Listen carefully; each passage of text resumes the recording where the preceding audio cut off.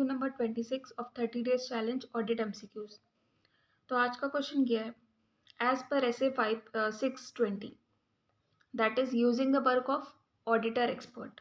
ठीक है, सो इस यहाँ पे क्या हुआ है कि एज एन ऑडिटर आप ऑडिट कर रहे थे और आपको लगा कि किसी एक मैटर पे आपको एक्सपर्ट का भी हेल्प लेना ज़रूरी है, तो आपने एक्सपर्ट का हेल्प लिया।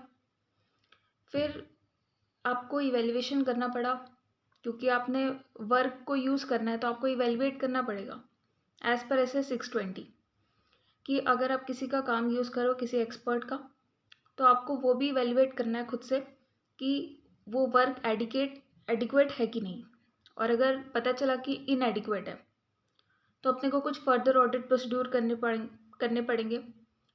तो सब कुछ कर लेने के बाद भी कोई ऑडिट एविडेंस मिला ही नहीं, sufficient appropriate audit evidence मिला ही नहीं।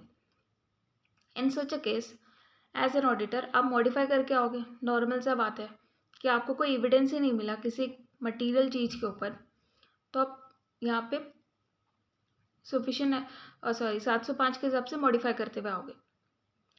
तो एज एन ऑडिटर क्या आप इस चीज़ का रेफरेंस दे सकते हैं कि आपने क्योंकि एक्सपर्ट का वर्क एडिक्वेट नहीं था या दूसरे एक्सपर्ट का भी वर्क यूज़ किया लेकिन मेरे को एडिक्वेसी नहीं दिखी, इसलिए हम उसके काम को यूज़ नहीं कर पा रहे, उसके बाद भी फर्दर ऑडिट प्रोसीड्यूर करने के बाद भी मेरे को सफिशिएंट अप्रोप्रिएट ऑडिट एविडेंस नहीं मिला, and that is why we are modifying our opinion. क्या इस चीज़ को अपने एज एन ऑडिटर रिपोर्ट पे अपने रेफरेंस दे सकते हैं? ऑडिटर एक्सपर्ट का जो वर्ड यूज़ है, तो यहाँ पे यस, जब अपने मॉडिफाई ओपिनियन दे रहे हैं तो मॉडिफिकेशन में अपने रीजंस के टाइम ये दिखा सकते हैं।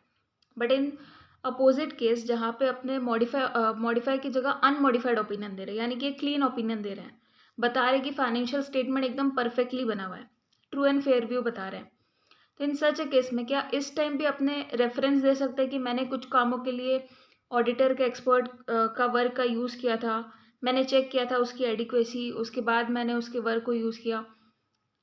नहीं। जनरली क्या होता है, इस तरीके का रेफरेंस अपने नहीं दे सकते। द रीज़न इज़ जो ओपिनियन है, जो अपने एज एन ऑडिटर ओपिनियन देते हैं, उसका सोल एंड सोल रिस्पॉन्सिबिलिटी अपना ही होता है।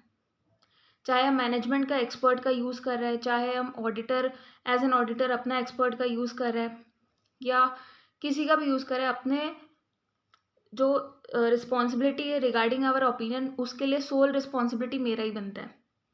So if as an opinion अपने अनमॉडिफाइड ओपिनियन दे रहे हैं, ठीक है, तो अपने रिस्पॉन्सिबल हुए उस चीज़ के लिए और अपने को ये रेफरेंस देना बनता नहीं है। बट इन सम केसेस जहाँ पे अगर क्वेश्चन बोलती है कि लॉज एंड रेगुलेशन रिक्वायर्ड है, या फिर लॉज एंड रेगुलेशन ये बोलती है कि अपने को ट्रांसपेरेंसी रिक्वायर्ड है पब्लिक के सामने, and that is Y disclosure necessary है, तो इन दैट केस अपने दे सकते हैं। बट जनरली क्लीन ओपिनियन के केसेस में ये रेफरेंस देना नहीं चाहिए। ठीक है।